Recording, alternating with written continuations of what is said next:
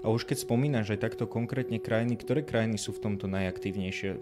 Taký môj laický pohľad je, že tá detská pornografia pravdepodobne asi najviac pochádza z nejakých možno rozvojových krajín a potom nejaké krajiny možno juhovýchodnej Ázie. Častokrát sa toto spomína s tým sexturizmom.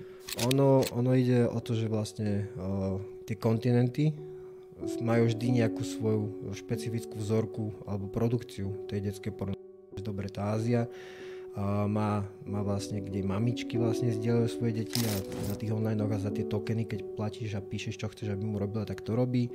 Európa je vlastne sexturizmus a normálne také virtuálne a Američania sú takí, že reálni abusery, čiže tam takto by som to akože kastoval, že naozaj ten kontinent ti udáva nejaký smer, v akom trende sa vyvíja tá výroba toho detského materiálu.